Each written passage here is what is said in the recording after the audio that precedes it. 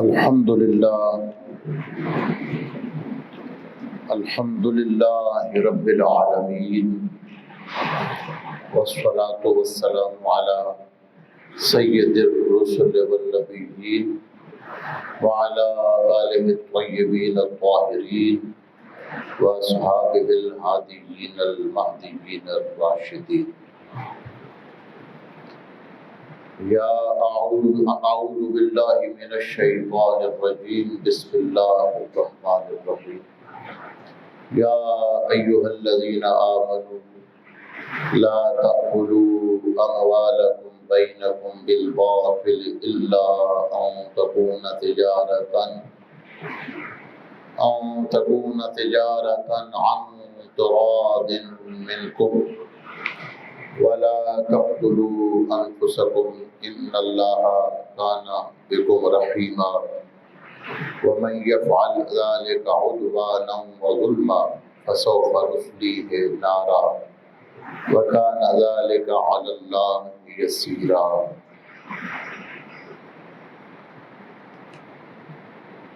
تجتنبوا کبائر ما تنہون عنہ نکفر عنکم سیئاتکم وندخلکم مدخلا کریما۔ صدق اللہ مولانا العظیم وبلغنا رسولہ النبی الکریم۔ ان اللہ وملائکتہ یصلون علی النبی یا ایہا الذین آمنوا صلوا علیہ وسلموا تسلیما۔ اللہم صل علی سیدنا محمد معدن الجود والکرم وعلى آلہ وبارک وسلم صلاۃ وسلاما علیک یا سیدی یا رسول اللہ وعلى آلک واصحابک یا سیدی یا حبیب اللہ۔ رب اشرح لی صدری ویسر لی امری واحلل عقدۃ من لسانی یفقہوا قولی۔ حاضرین و سامعین، پہلے اور دوسرے رکوع میں جو سورہ نساء کے ہیں وراثت کے احکامات بیان ہوئے ہیں، جس کی ایک بڑی تفصیل ہے، مسائل ہیں۔ انشاءاللہ آئندہ درس میں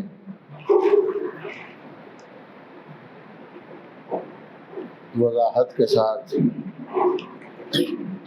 احکام وراثت کو بیان کیا جائے گا۔ آج سورہ نساء کی آیہ مبارکہ 29 سے لے کر 31 تک تلاوت کرنے کا شرف حاصل ہوا ہے۔ تلاوت کردہ آیات مبارکہ کا تحت اللفظ مفہوم یہ ہے: اے ایمان والو، نہ کھاؤ اپنے مال آپس میں ناحق طریقے سے، لیکن یہ کہ تجارت ہو تمہاری آپس کی رضامندی سے، اور نہ ہلاک کرو اپنے آپ کو، بے شک اللہ تم پر بے حد رحم فرمانے والا ہے۔ اور جو شخص ایسا کرے زیادتی اور ظلم کی بنا پر، تو عنقریب ہم اسے آگ میں پہنچا دیں گے، اور یہ اللہ کے لیے آسان ہے۔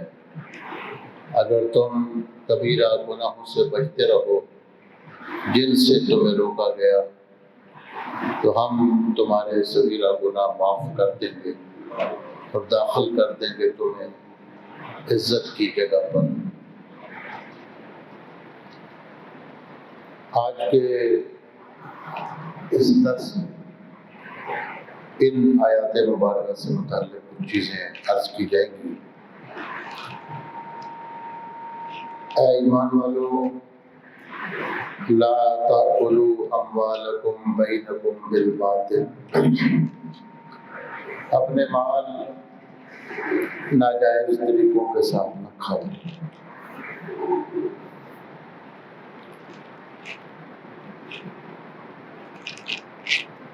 گزشتہ آیات مبارکہ میں جو اس سے پہلے رکوع ہے اس میں محرمات کا بیان ہوا ہے کہ کن کن عورتوں سے نکاح کرنا حرام ہے. زنا کی اور قوم لوط کے عمل کی مذمت کی گئی اور ان آیات مبارکہ میں اللہ تعالی نے ایک دوسرے کا مال ناجائز طریقے سے ہڑپ کرنے اور ہتھیار لینے کی ممانعت ارشاد فرمائی. اس میں سے ایک چیز ہے جس کو رشوت کہا جاتا ہے. رشوت کیا ہے کہ کوئی شخص کسی جج، حاکم یا کسی افسر کو کوئی چیز دے کر اپنے حق میں فیصلہ کروائے، اپنی مرضی کا فیصلہ کروانے کے لیے کسی جج کو، حاکم یا مجاز افسر کو پیسے دے، رقم دے یا کوئی اور ایسی لالچ دے تاکہ اپنا وہ مقصد حاصل ہو، اس کو رشوت کہا جاتا ہے. حضرت عبداللہ ابن عمر رضی اللہ تعالیٰ عنہما بیان کرتے ہیں کہ رسول اللہ صلی اللہ علیہ وسلم نے رشوت لینے والے اور دینے والے دونوں پر لعنت فرمائی.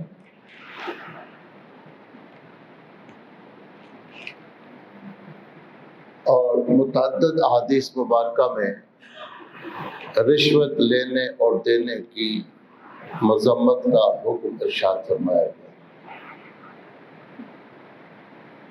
رشوت یہ ہے کہ کسی پر ظلم کرنے کے لیے اور کسی سے ناجائز کام کروانے کے لیے کوئی چیز دی جائے، چاہے وہ نقدی رقم کی صورت میں ہو یا کوئی اور چیز ہو.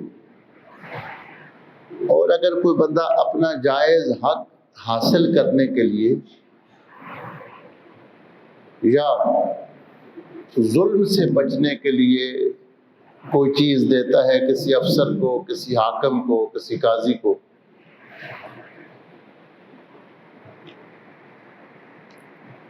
اس کے بارے میں پھر یہ بتایا گیا ہے کہ یہ حرام نہیں ہے. ظلم سے بچنے کے لیے اور جائز حق حاصل کرنے کے لیے جو رقم دی جائے یا کوئی چیز دی جائے تو وہ رشوت کے حکم میں نہیں آئے گی. امام ابو بکر جساس علیہ رحمہ نے اس مقام پر حضور علیہ السلام کی سیرت مبارکہ سے ایک واقعہ پیش کیا کہ جب خیبر کا مال غنیمت تقسیم ہو رہا تھا تو حضور صلی اللہ علیہ وسلم نے لوگوں کو بڑے بڑے عطایا عنایت فرمائے، بڑی بڑی چیزیں مال غنیمت میں سے بڑا حصہ دیا، کسی کو اونٹ دیے سینکڑوں کے حساب سے. تو عباس بن مرداس کو آپ نے کچھ تھوڑا مال دیا تو وہ ناراض ہو گیا، اور یہ شاعر تھا اور اس نے آپ صلی اللہ علیہ وسلم کے خلاف شعر کہنا چاہے.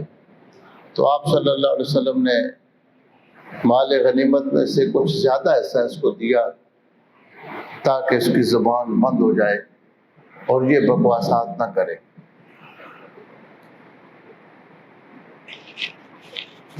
حضرت عبداللہ بن مسعود رضی اللہ تعالیٰ عنہ جب حبشہ کی سرزمین کی طرف گئے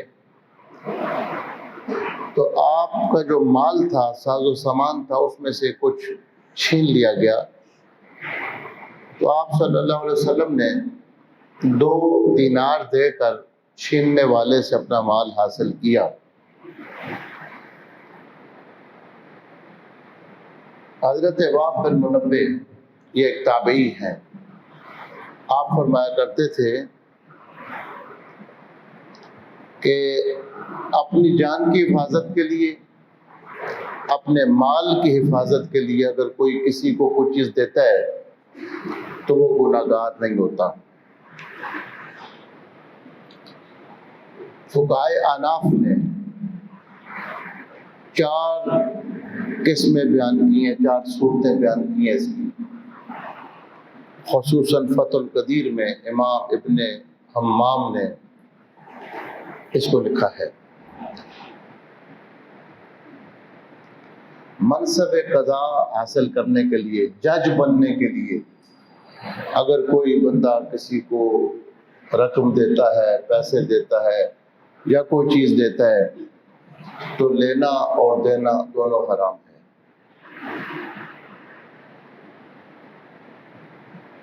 اپنی جان اور اپنے مال کو ظلم اور ضرر سے بچانے کے لیے جو رقم دی جائے یا کوئی اور چیز دی جائے تو دینے والا وہ گناہ گار نہیں ہوتا، دینے والے کے لیے حرام نہیں ہے لیکن لینے والے کے لیے حرام۔ مثلا بندہ کسی جگہ پھنس گیا اور وہ مجبور ہے اپنی جان بچانے کے لیے یا جائز حق لینے کے لیے، پھر اس کو رشوت کے طور پر کوئی چیز دینی پڑ گئی، تو اس صورت میں دینے والا گناہ گار نہیں ہوتا، لینے والا گناہ گار ہوتا ہے۔ اس کے بعد اگلی آیت کریمہ میں ارشاد فرمایا کہ تم اپنے آپ کو قتل نہ کرو، وَلَا تَقْتُلُوا أَنفُسَكُمْ، اپنے آپ کو قتل نہ کرو۔ اس آیہ مبارکہ کے تفسیر میں 3 بیانات ہیں، 3 تفسیر بیان کی گئی ہے کہ اللہ تعالیٰ فرماتا ہے کہ اپنے آپ کو قتل نہ کرو، وَلَا تَقْتُلُوا أَنفُسَكُمْ، تو اس کا کیا معنی ہے؟ ایک تفسیر اس کی یہ کی گئی ہے کہ مسلمان ایک دوسرے کو قتل نہ کریں، کیونکہ آپ صلی اللہ علیہ وسلم نے فرمایا کہ تمام مسلمان آپس میں ایک جسم کی طرح ہیں، تو تمام اہل ایمان آپس میں ایسے ہیں جیسے ایک جسم ہے، اور فرمایا کہ جسم میں کسی بھی حصے میں، کسی بھی عضو میں، اعضاء میں سے کسی حصے میں اگر درد ہو تو سارا جسم بے چین ہوتا ہے۔ اسی طرح سارے مسلمان آپس میں ایک جسم کی طرح ہیں، دنیا کے کسی کونے میں کوئی مسلمان تکلیف میں ہو تو دوسرے مسلمان کو اس کا احساس ہوتا ہے، اس کی تکلیف ہوتی ہے۔ وَلَا تَقْتُلُوا أَنفُسَكُمْ، یعنی تم آپس میں جسم کی طرح ہو، تو اپنے آپ کو قتل کرنے کا مطلب یہ ہے کہ مسلمان ایک دوسرے کو قتل نہ کریں، یہ ممانعت ہے۔ یعنی جب ایک جسم کی طرح ہے مسلمان، ایک مسلمان نے کسی دوسرے مسلمان کو اگر قتل کیا تو گویا اس نے اپنے آپ کو قتل کیا، اور وَلَا تَقْتُلُوا أَنفُسَكُمْ، اور اپنے آپ کو قتل نہ کرو، اس حکم کی اس نے خلاف ورزی کی، یعنی اپنے ہی بندوں کو، اپنے ہی مسلمان اور مومن بھائیوں کو اس نے اگر قتل کیا تو گویا اپنے آپ کو قتل کیا۔ اس کی دوسری تفسیر یہ کی گئی ہے کہ ایسا کام تمہیں نہیں کرنا چاہیے جس کے نتیجے میں تم ہلاک ہو جاؤ۔ صحیح بخاری میں ہے کہ ایک صحابی ایک ٹھنڈی رات کو ان پر غسل فرض ہو گیا، رات ٹھنڈی تھی، غسل فرض ہو گیا، تو انہوں نے غسل کرنے کے بجائے تیمم کر لیا، مٹی پہ تیمم کر لیا۔ ٹھنڈی رات تھی، سردیاں تھیں، غسل فرض ہو گیا تو ٹھنڈے پانی سے بچنے کے لیے تیمم کیا۔ جب تیمم کیا تو ساتھ یہ آیت پڑھی، وَلَا تَقْتُلُوا أَنفُسَكُمْ، اور اپنے آپ کو قتل نہ کرو۔ یعنی اگر اس ٹھنڈی رات میں ٹھنڈے پانی کے ساتھ غسل کر لیتا تو اس کے نتیجے میں بیمار ہو جاتا اور وہ بیماری موت کا سبب بھی بن سکتی تھی۔ تو ایسا کام بندے کو نہیں کرنا چاہیے جس کے نتیجے میں اس پر ہلاکت آئے، جس کے نتیجے میں اس پر موت آئے۔ یہ دوسری تفسیر اس آیت مبارکہ کی گئی ہے صحیح بخاری کی اس روایت کی روشنی میں، جو بخاری میں تیمم کے بیان میں ہے اور ابو داؤد شریف میں ہے۔ وَلَا تَقْتُلُوا أَنفُسَكُمْ، پہلا مطلب یہ ہے کہ ایک دوسرے کو مسلمان قتل نہ کریں، کہ دوسرے کو قتل کرنا اپنے آپ کو مارنے کے برابر ہے، اس لیے کہ سارے ایک جسم کی طرح ہے۔ دوسرا مطلب یہ ہے کہ کوئی ایسا کام نہیں کرنا چاہیے جس کے نتیجے میں جا کر بندہ اپنے آپ کو ہلاکت میں ڈالے، یعنی اس کے نتیجے میں اس کی موت واقع ہو، اس کو نقصان ہو۔ تیسری تفسیر یہ ہے کہ خودکشی سے منع کیا گیا، خودکشی، اپنے آپ کو مار ڈالنا۔ اس حوالے سے جو احادیث مبارکہ ہیں ان میں بڑی وعید ہے اور ان میں بڑا زجر ہے۔ حضور علیہ الصلوۃ والسلام ارشاد فرماتے ہیں، جو شخص اپنے آپ کو کسی ہتھیار کے ساتھ قتل کرتا ہے تو وہ ہتھیار دوزخ میں اس کے ہاتھ میں ہوگا۔ اگر اس نے اپنے آپ کو چھرے کے ساتھ مارا تو دوزخ میں اس کو ڈال کر چھرا اس کے ہاتھ میں دیا جائے گا اور وہ ہمیشہ اپنے آپ کو اسی طرح مارتا رہے گا۔ موت تو ہوگی نہیں، لیکن وہ اپنے آپ کو اسی طرح زخم کرتا رہے گا، زخمی کرتا رہے گا، اس طرح اس کو اس کی سزا ملے گی۔ اور فرمایا جس شخص نے زہر کھائی اور خودکشی کی، جہنم میں اس کو زہر دے دی جائے گی، وہ کھاتا رہے گا اور اس کو تکلیف ہوتی رہے گی۔ اور کسی شخص نے کسی پہاڑ کے اوپر سے اپنے آپ کو گرایا اور خودکشی کر لی تو وہ جہنم میں ہمیشہ آگ میں گرتا ہی رہے گا، گرتا ہی رہے گا۔ اتنی سخت زجر والی یہ حدیث مبارک ہے۔ حضور صلی اللہ علیہ وسلم کی سیرت مبارکہ میں عملاً موجود ہے کہ ایک بندے نے خودکشی کر لی تو آپ صلی اللہ علیہ وآلہ وسلم نے ان کی نماز جنازہ پڑھانے سے انکار کر دیا اور فرمایا اس نے تقدیر پر سبقت کی ہے، یعنی اس کی جو موت کا وقت مقرر نہیں تھا، ابھی اس کی زندگی باقی تھی اور اس نے اپنی اس زندگی کو ضائع کیا، اللہ کی نعمت۔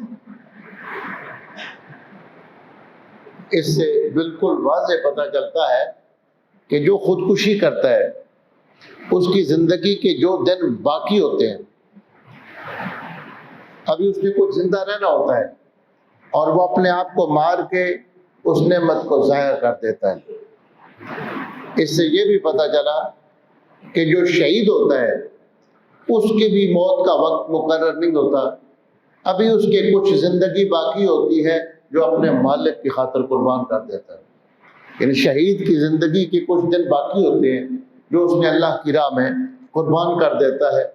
اسی قربانی کی وجہ سے وہ تھوڑے سے دن دیتا ہے تو اللہ اس کو بدلے میں ہمیشہ کی زندگی عطا فرماتا ہے۔ تو حضور صلی اللہ علیہ وسلم خودکشی کرنے والے کی نماز جنازہ نہیں پڑھتے تھے۔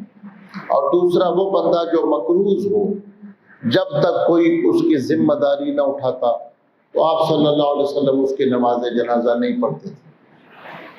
پھر جب اسلام کے معاشی حالات بہتر ہو گئے اور بیت المال میں دولت آ گئی تو پھر آپ صلی اللہ علیہ وسلم نے ارشاد فرمایا اب اگر کوئی بندہ مر جاتا ہے اور اس کا قرض دینے والا کوئی نہیں تو وہ ہمارے پاس آ جائے، ہم اس کا قرض ادا کریں، بیت المال میں سے اس کا قرض ادا کیا جائے۔ تو آپ صلی اللہ علیہ وسلم یہ نہیں ہے کہ خودکشی کرنے والے کی نماز جنازہ نہیں ہوگی، اس کی نماز جنازہ ہوگی، عام مسلمان نماز جنازہ پڑھیں۔ صحابہ کو آپ نے اجازت دی، لیکن خود آپ نے ایک ناراضگی کا اظہار فرمایا، زجر کا اور ڈانٹ کا اظہار فرمایا، تاکہ لوگ اس جرم کو بڑا جرم سمجھنے کے لیے ذہنی طور پر تیار رہیں۔ اس لیے فقہاء یہ لکھتے ہیں کہ اگر آج کوئی بندہ خودکشی کرتا ہے تو مشائخ اور مذہبی جو پیشوا ہے، مذہبی رہنما ہے، وہ خود نہ جائیں اور لوگوں کو بتائیں کہ اس نے بڑا غلط کام کیا ہے، لیکن دوسرے مسلمان اس کی نماز جنازہ خودکشی پڑھنے والے کی ادا کریں۔ وَلَا تَقْتُلُوا أَنفُسَكُمْ، اور اپنے آپ کو قتل نہ کرو۔ إِن تَجْتَنِبُوا، فرمایا وَمَن يَفْعَلْ ذَلِكَ عُدْوَانًا وَظُلْمًا فَسَوْفَ نُصْلِيهِ نَارًا وَكَانَ ذَلِكَ عَلَى اللَّهِ يَسِيرًا۔ یہ جن کاموں سے منع کیا گیا ہے اگر کوئی کرے گا تو اللہ تعالیٰ اس کو جہنم میں ڈالے گا، اور اللہ تعالیٰ کے لیے کوئی مشکل نہیں ہے، اس کے لیے آسان ہے۔ اللہ تعالیٰ جس کو دوزخ میں ڈالنا چاہے، اللہ کے لیے کوئی مشکل نہیں ہے۔ نصلیہ نارا، ہم اس کو دوزخ کی آگ میں داخل کریں گے، وکانا ذالک علی اللہ یسیرا، اور اللہ کے لیے یہ آسان کام ہے۔ ان تجتنبوا کبائر ما تنہون عنہ، اگر تمہیں جن کبیرہ گناہوں سے منع کیا گیا اگر ان سے بچتے رہو، نکفر عنکم سیئاتکم، تو تمہارے صغیرہ گناہوں کو ہم ویسے ہی معاف فرما دیں گے، وندخلکم مدخلا کریما، اور ہم تمہیں عزت والے مقام میں داخل کریں گے۔ صغیرہ اور کبیرہ گناہوں کی ایک بڑی تفصیل ہے، احادیث مبارکہ میں، آثار مبارکہ میں، چونکہ مختلف احادیث ہیں اس لیے پھر استعداد میں بھی اختلاف ہے کہ 7 ہے یا 70 ہے یا کتنے، اور اسی وجہ سے صغیرہ اور کبیرہ گناہ کی تعریف میں بھی اختلاف ہے۔ حضرت محبوب سبحانی سیدنا عبد القادر جیلانی غوث پاک رضی اللہ تعالیٰ عنہ فرماتے ہیں، آپ کی یہ بات عارفانہ ہے کہ بندہ جس کو صغیرہ سمجھے اللہ کے ہاں وہ کبیرہ ہو جاتا ہے۔ کیا مطلب؟ گناہ کر کے کہے کوئی معمولی بات، کوئی ایسی بات نہیں، یعنی اس گناہ کو بالکل معمولی سا سمجھے۔ تو یہ فرماتے ہیں کہ یہ نہ سوچے کہ یہ گناہ چھوٹا ہے، یہ سوچے کہ میں جس کی نافرمانی کر رہا ہوں وہ کتنی بڑی ذات ہے۔ فرمایا یہ مت سوچو کہ گناہ صغیرہ ہے یا کبیرہ ہے، اس بات پہ غور کرو کہ جس ذات کی نافرمانی کر رہے ہو وہ ذات بہت بڑی ذات ہے۔ ابو اسحاق اسفرائینی، امام باقلانی، امام کشانی وغیرہ اسی چیز کے قائل کہ بندہ کوئی جرم کر کے یہ کہے کہ میں نے کوئی جرم نہیں کیا، اتنی بڑی بات نہیں ہے، تو یہ جو بدماشی ہے اور استخفاف احکام ہے، اللہ کے احکام کو معمولی سا سمجھ کہ یہ کوئی اتنی گناہ والی بات نہیں ہے، میں نے غیبت کر دیا تو کیا ہو گیا ہے، اس طرح تو میں نے چغلی کھا دی کیا ہو گیا ہے، تو یہ اللہ کے ہاں یہ بڑا جرم بن جاتا ہے۔ اور بندہ کوئی جرم کر کے اللہ کی بارگاہ میں جھک جائے کہ مجھ سے بہت بڑی غلطی ہو گئی ہے، عاجزی کا اظہار کرے، تو اللہ تعالیٰ اس کے گناہوں کو معاف فرما دیتے ہیں۔ بعض محققین نے، اہل علم نے، ان ساری جتنے اختلافات ہیں اور صغیرہ اور کبیرہ کا، اس کا ایک علمی اور جامع سا ایک تبصرہ کیا ہے، اور وہ یہ ہے کہ جس گناہ کی کوئی سزا دنیا یا آخرت کے متعلق بیان کی گئی ہے، یعنی گناہ کبیرہ کیا ہوگا جس کی کوئی سزا دنیا میں مقرر کی گئی، جس طرح چوری کرے، بدکاری کرے، ڈاکہ ڈالے، بغاوت کرے، سرکشی کرے، جس کی دنیا کے اندر کوئی سزا بیان کی گئی ہے یا پھر اس پر آخرت کے بارے میں بتایا گیا سزا ہوگی، تو وہ گناہ کبیرہ ہے۔ اسی طرح جس گناہ کا ذکر کر کے بتایا گیا کہ یہ کرنے والے پر اللہ کی لعنت ہے اور اللہ کا غضب ہے، تو وہ کبیرہ ہے، چاہے وہ بظاہر چھوٹا ہی نظر آتا ہو۔ حضور صلی اللہ علیہ وسلم کی حدیث مبارکہ ہے، آپ صلی اللہ علیہ وسلم نے فرمایا کہ مدینہ شریف کے رہنے والے لوگوں کے ساتھ زیادتی کا کوئی بندہ صرف ارادہ کرے، اللہ اس کو جہنم کی آگ میں ایسے پگھلا دیں گے جس طرح نمک پانی میں گھل کر ختم ہو جاتا ہے۔ یعنی صرف ارادہ کیا، اور فرمایا کہ سوءاً چھوٹی سی زیادتی کا ارادہ کیا۔ یعنی جو اہل مدینہ ہے ان کا مقام ہے، ان کا پروٹوکول ہے کہ وہ شہر کے رہنے والے ہیں جو نبی پاک علیہ الصلوۃ والسلام کا مدفن ہے، جو نبی پاک علیہ الصلوۃ والسلام اس شہر سے پیار کرتے تھے۔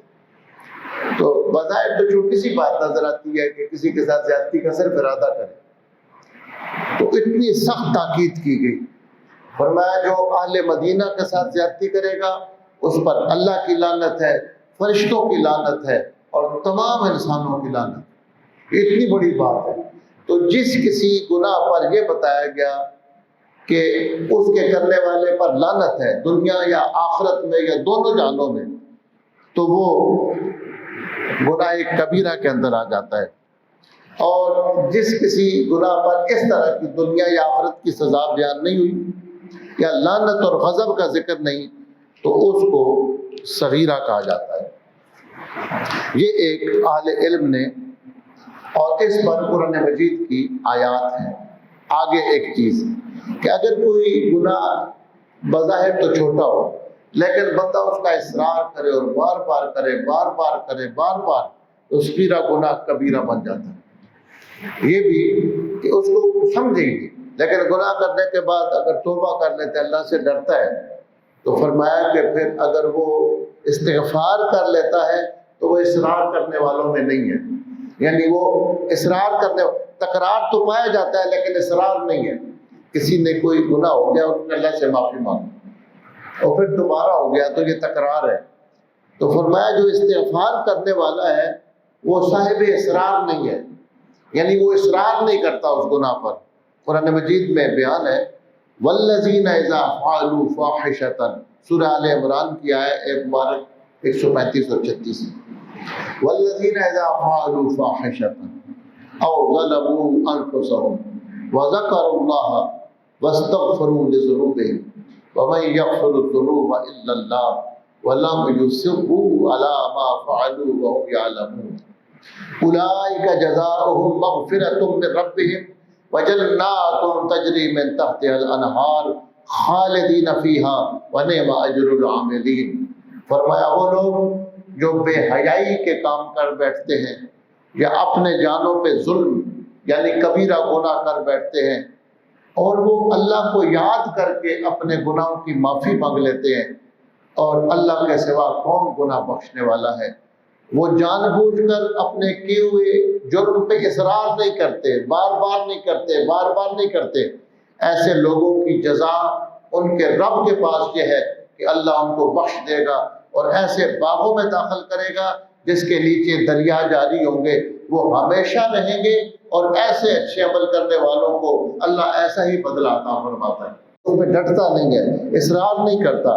تو جو صاحب اصرار نہیں ہے گناہ پر، تو فرمایا کہ جو پھر اللہ کو یاد کر کے معافی مانگنے لگ جاتا ہے، اس کو گناہ کے بعد اللہ کی یاد آ جاتی ہے، ڈر جاتا ہے، استغفار کرتا ہے، توبہ کرتا ہے۔ حضرت سیدنا علی مرتضیٰ کرم اللہ وجہ الکریم کی روایت ہے ابو داؤد شریف میں، آپ فرماتے ہیں کہ جب بھی مجھے کوئی بندہ آ کر حدیث سناتا تھا تو مولا کائنات فرماتے ہیں کہ میں پہلے تصدیق کرتا تھا اور اس سے قسم حلف لیتا تھا، حلف کہ وہ حلف اٹھائے کہ کیا حضور علیہ السلام نے یہ فرمایا یا نہیں فرمایا؟ تو فرماتے تھے کہ جب بھی کوئی بندہ مجھے آ کر حدیث سناتا تو سیدنا علی فرماتے ہیں کہ میں اس سے حلف لیتا تھا، قسم اٹھائے، حلف اٹھائے، تو فرماتے ہیں کہ تاکہ تصدیق ہو جائے کہ حضور پاک نے فرمایا یا نہیں۔ تو مولا علی فرماتے ہیں کہ یہ جو حدیث ہے مجھے حضرت ابوبکر صدیق نے بچائی، اور ابوبکر ہمیشہ سچ ہی بولتے تھے۔ یعنی یہاں تصدیق کی ضرورت نہیں پڑی اور حلف نہیں اٹھانے کی ضرورت پڑی کہ یہ ایک اتنے بڑے سچے بندے نے بتائی جس کی سچائی کی اللہ گواہی دیتا ہے، جس کو ابوبکر صدیق کہا، اور حضور نے فرمایا کہ آسمانوں میں بھی جن کو صدیق کہا گیا ہے۔ تو اس میں فرمایا کہ جس بندے سے کوئی گناہ ہو جائے اور وہ اسی وقت تازہ وضو کرے اور 2 نفل پڑھنے کے بعد اللہ تعالیٰ سے گناہوں کی معافی مانگ لے تو اللہ اس کے گناہوں کو معاف فرما دیتے ہیں۔ اسی طرح سورہ مائدہ میں ہے عفا اللہ عما سلف ومن عاد فینتقم اللہ منہ واللہ عزیز ذو انتقام۔ اور جو ہو چکا وہ اللہ معاف فرما دیتا ہے، اور جس نے دوبارہ وہ کام کیا یعنی اس پر اصرار کرتا ہے بار بار تو اللہ تعالیٰ اس کو اس کا بدلہ دے گا، اس سے انتقام لے گا، اور اللہ غلبے والا ہے اور انتقام لینے والا ہے۔ ابو داؤد شریف کی ایک حدیث ہے، حضور صلی اللہ علیہ وسلم نے فرمایا جس نے گناہ پر استغفار کر لیا اللہ سے معافی مانگ۔ استغفار اور توبہ میں ایک فرق ہے۔ عام طور پر لوگ سوال پوچھتے ہیں، عام طور پر لوگ سوال کرتے ہیں اور یہ بات پوچھتے ہیں کہ استغفر اللہ واتوب الیہ، میں اللہ سے بخشش مانگتا ہوں، توبہ کرتا ہوں، تو اس میں کیا فرق ہے استغفار کرنا اور توبہ کرنا؟ تو یاد رکھیں استغفار کا مطلب یہ ہوتا ہے کہ جو گناہ ہو چکا ہو اس کی معافی کی درخواست کرنا، اللہ سے معافی مانگنا، طلب مغفرت۔ استغفار باب استفعال ہے، اور اس کا جو ایک خاصہ ہے کہ اس میں طلب پائی جاتی ہے۔ استغفار کا معنی ہے بخشش طلب کرنا۔ اب استغفار اور توبہ کا فرق ذہن میں رکھیں۔ جو غلطی ہو چکی ہو، جو گناہ ہو چکا ہو، اس کی معافی مانگنا یہ استغفار ہے، اور توبہ کیا ہے؟ یہ عہد کرنا، اللہ سے وعدہ کرنا کہ آئندہ یہ نہیں کروں گا، اس کو توبہ کہا جاتا ہے۔ یعنی استغفار گزشتہ پر معافی کی درخواست ہے، اور توبہ کا تعلق آئندہ کے ساتھ ہے، اللہ سے یہ پیمان کرنا اور وعدہ کرنا کہ آئندہ یہ کام میں نہیں کروں گا۔ تو یہ حدیث مبارکہ ہے، فرمایا کہ جس نے گناہ پر استغفار کر لیا وہ اصرار کرنے والا نہیں، یعنی اس نے اللہ سے معافی مانگ لی۔ تو قرآن میں اللہ نے کہا کہ جن سے خطائیں ہو جائیں اور وہ اس پر اصرار نہ کریں، ڈٹ نہ جائیں، بار بار نہ کریں، تو اللہ تعالیٰ کیا ان کے لیے جزا یہ ہے کہ اللہ تعالیٰ ان کو بخش دے گا، ان کی بخشش فرما دے گا۔ اس سے اگلی آیت میں فرمایا اور اس چیز کی تمنا نہ کرو جس کے ساتھ اللہ نے تم میں سے بعض کو بعض پر فضیلت دی ہے۔ اس میں حسد کی مذمت ہوئی ہے کہ اللہ نے کسی دوسرے بندے کو کوئی چیز دے دی تو اس کے ساتھ حسد نہ کرو کہ اللہ تعالیٰ نے اس کو دی ہے، یہ مجھے دینی چاہیے تھی۔ حسد یہ ہے۔ حسد اور رشک میں فرق ہوتا ہے۔ کسی بندے کے پاس کوئی نعمت دیکھی، اس کے پاس کوئی دولت دیکھی، اس کی عزت دیکھی، اور یہ خیال کرنا کہ اس کے پاس نہ رہے، یہ حسد ہے۔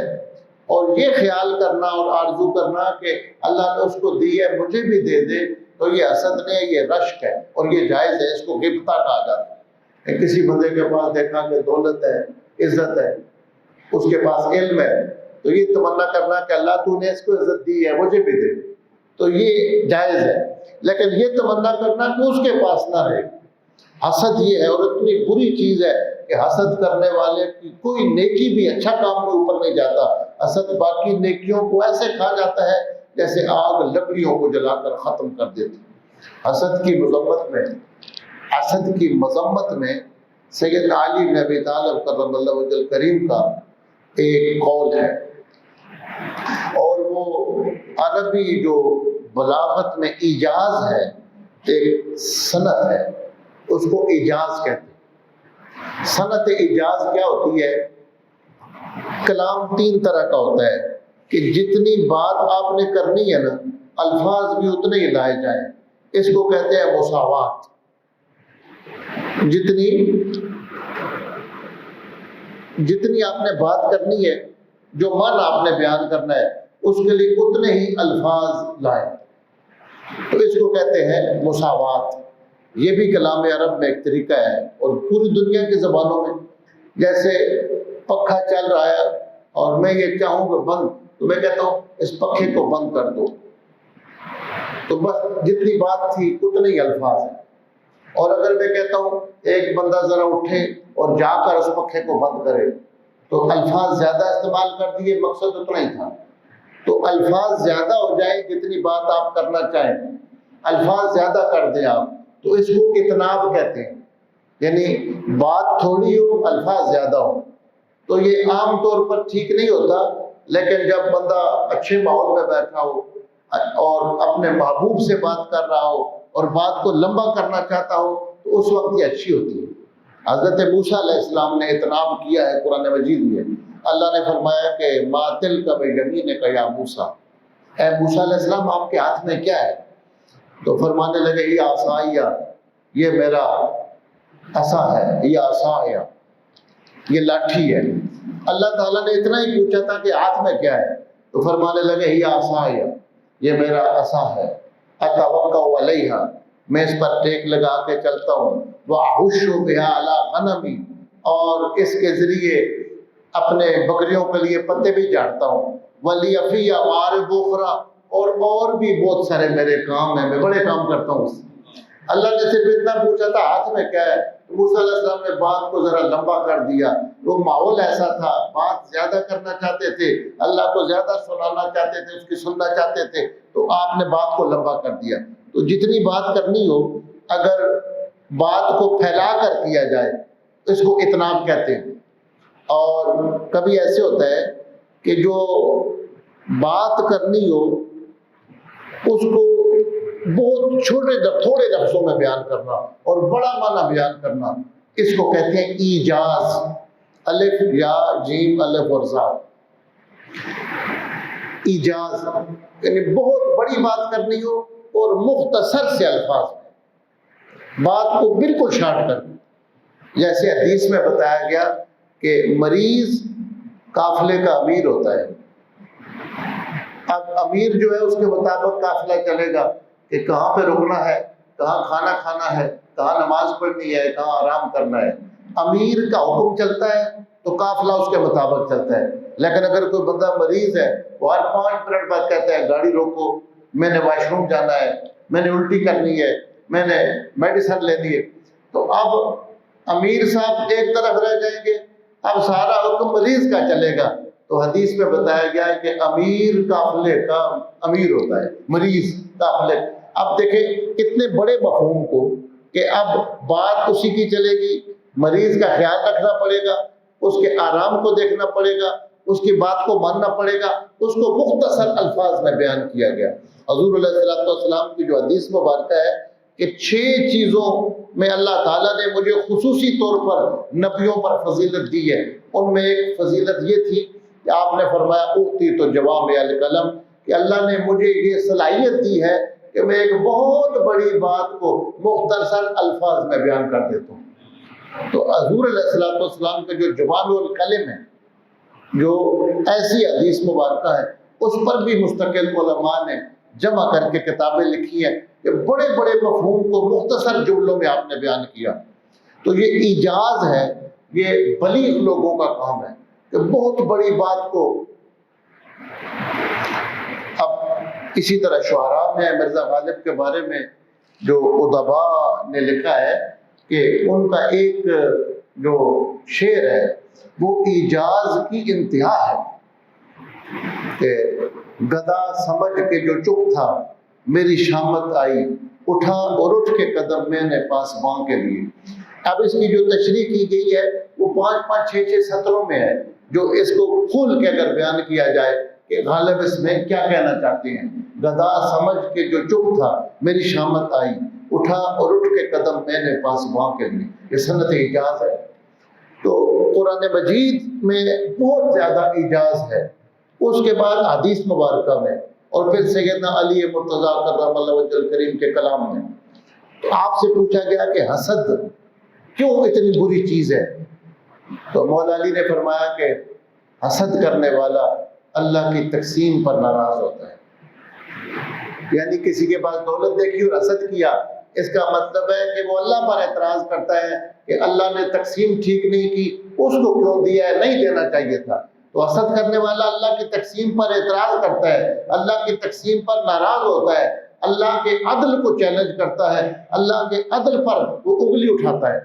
اسی طرح آپ سے پوچھا گیا کہ یہ کنجوس کی اتنی مذمت کیوں ہے؟ حدیث میں بتایا گیا کہ کنجوس جنت میں داخل نہیں ہوگا۔ تو سیدنا علی نے فرمایا کہ کنجوس اللہ کی قدرت کا انکار کرتا ہے۔ اتنا سا جملہ ہے، اللہ کی قدرت کا انکار کرتا ہے۔ اب اس کی تشریح کیا ہے؟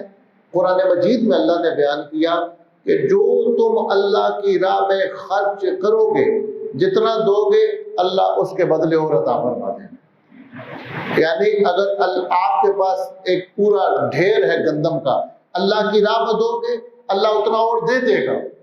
اور حدیث پاک میں ہے بخاری میں کہ صبح صبح فرشتے اللہ کی بارگاہ میں دعا کرتے ہیں کہ اللہ جو تیری راہ میں خرچ کرنے والے ہوں انہیں اور عطا فرما، اور جو روکنے والے کنجوس ہوں ان کے مال کو ضائع کر دے۔ اور فرشتے معصوم ہیں، ان کی دعا اور بدعا رد نہیں ہوتی، تو فرشتے دعا کرتے ہیں۔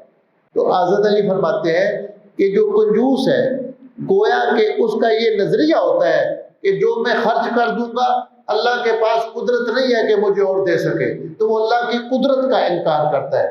تو اتنا فصیح و بلیغ جو جملہ ہے آپ کا، اتی تو جوامع الکلم کا فیض ہے کہ حضور صلی اللہ علیہ وسلم کو اللہ تعالیٰ نے جوامع الکلم عطا فرمائے کہ آپ بہت بڑی بات کو مختصر سے الفاظ میں بیان کرتے تھے۔ تو فرمایا اس چیز کی تمنا نہ کرو جو دوسروں کے پاس جو نعمت ہے اس میں یہ تمنا نہ کرو کہ ان کے پاس نہیں ہونی چاہیے۔ اس کی مذمت کی گئی، یہ حسد ہے، اس کو بہت مذمت کی گئی۔ اور آخری جو صورتوں میں سے سورہ فلق ہے، اس میں باقاعدہ یہ تعلیم دی گئی۔ اللہ کہتے ہیں حبیب آپ مجھ سے دعا کریں کہ حسد کرنے والوں کے حسد سے اللہ پناہ عطا فرمائے۔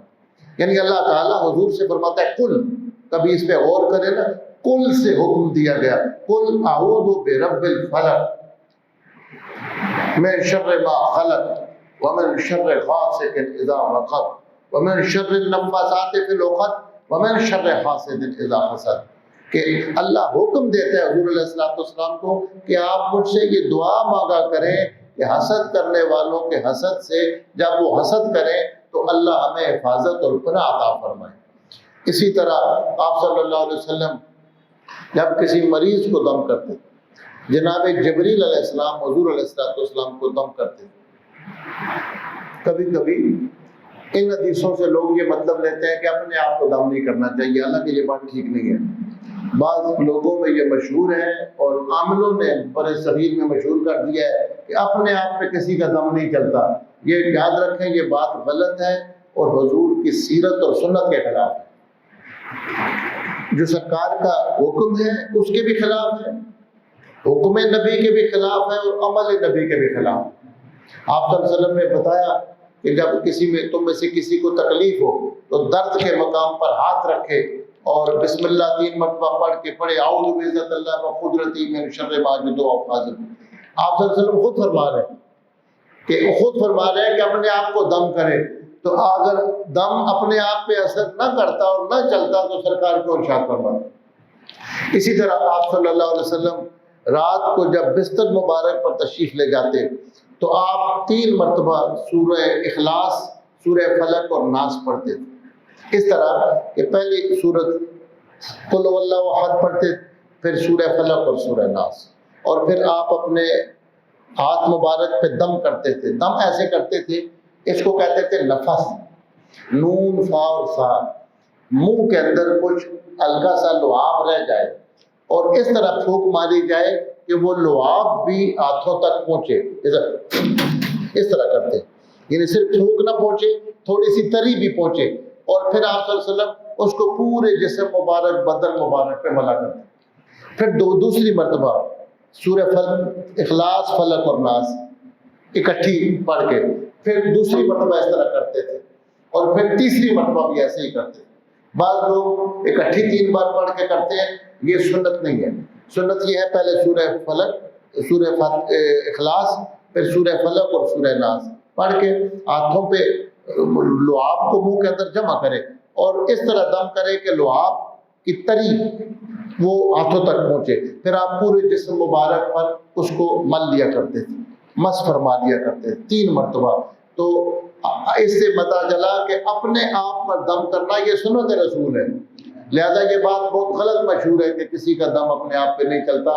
اللہ تعالیٰ ہمیں سنت پر عمل کرنے کی توفیق عطا فرمائے، آپ کے احکامات پر عمل پیرا ہونے کی سعادت سے بارآمد فرمائے۔ وما علیہ الا البلاغ۔